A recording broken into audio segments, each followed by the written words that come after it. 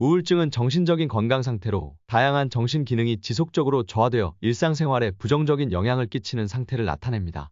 정신의학에서 이는 단순히 일시적인 기분 하락이 아니라 의욕 감소와 우울감이 주요 증상으로 나타나며 이로 인해 일상적인 기능이 저하되는 것을 말합니다. 국민건강보험공단에서 조사한 최근 5년간 우울증 진료 인원 현황 자료를 보면 우울증으로 진료받은 인원은 2018년 약 75만 명, 2019년 약 79만 명, 2020년 약 83만 명, 2021년 약 91만 명 등으로 해마다 늘었습니다. 2022년에는 100만 744명으로 처음으로 100만 명을 넘어서면서 2018년과 비교해서 32.9% 증가했습니다. 통계를 통해서도 알 수 있듯이 우울증은 현대사회의 심각한 사회적 이슈로 떠오르고 있습니다. 우울증은 감정, 생각, 신체 상태, 행동 등의 변화를 초래하는 질환으로 개인적인 노력으로 극복하기 어렵습니다. 그러나 적절한 전문가의 치료를 받으면 호전이 가능하며 이전의 정상적인 삶으로 복귀할 수 있습니다. 우울증의 원인은 아직 완전히 밝혀진 것은 없지만 여러 가지 이유들이 함께 작용해서 생기는 것으로 알려져 있습니다. 여기에는 신체 내부에서 일어나는 일, 가족에서 받은 유전적인 영향, 그리고 주변에서 겪는 환경적인 영향 등이 포함됩니다. 우울증에 대한 관리와 대처법은 환자뿐만 아니라 주변에서도 함께 도움을 주어야 합니다. 먼저 우울증 환자의 대처 방법을 알아보겠습니다. 첫 번째, 목표 설정과 합리적 책임감. 우울증 환자는 현실적인 목표를 세우고 자신에 대한 합리적인 책임감을 가질 필요가 있습니다. 두 번째, 대화와 소통. 다른 사람들과 어울리고 증상에 관해 열린 마음으로 이야기합니다. 소통은 혼자 간직하는 것보다 감정을 돕는 역할을 합니다. 세 번째, 운동. 가볍거나 적당한 운동은 우울증 관리에 도움이 됩니다. 일상적인 운동 습관은 기분 개선에 긍정적인 영향을 미칩니다. 네 번째, 긍정적 사고.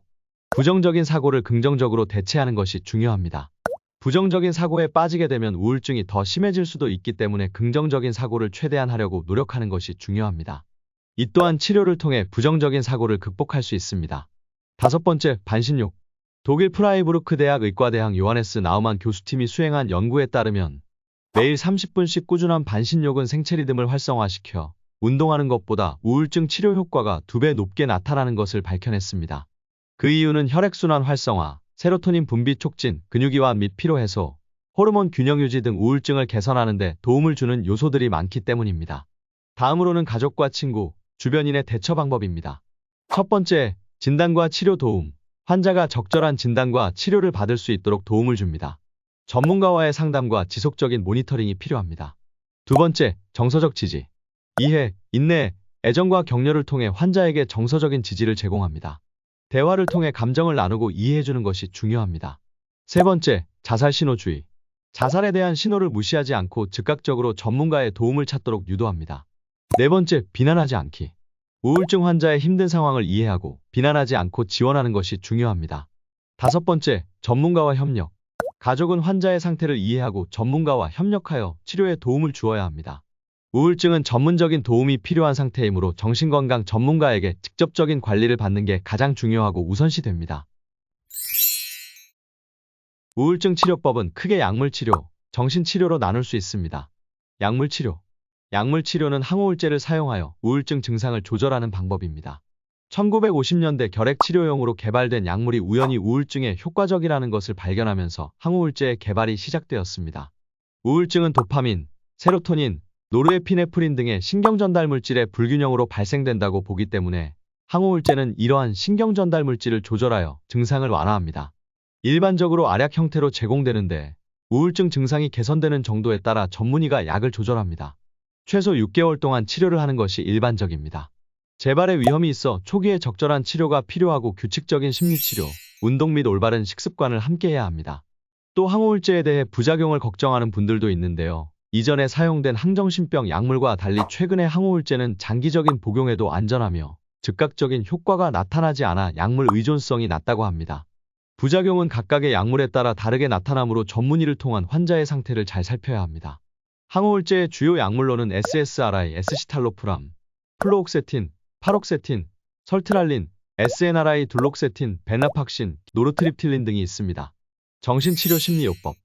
정신치료는 스트레스에 대처하는 능력을 향상시켜 증상을 조절하고 우울증이 재발하지 않도록 하는 치료 방법입니다. 종류로는 역동정신치료와 인지행동치료가 있는데 지금도 효과적으로 사용되고 있는 치료들입니다. 먼저 역동정신치료는 정신역동적이며 정신분석적인 이론에 기반한 치료 방법으로 개인의 어린 시절에 해결되지 않은 감정과 방어기제가 우울 증상을 형성하는 데 기여한다고 보고 이 부분에 집중해 치료하는 방법입니다. 환자는 자신이 부정적으로 경험한 감정과 생각을 이해하고 이에 대한 대처 기술을 향상시킴으로써 치료를 받게 됩니다.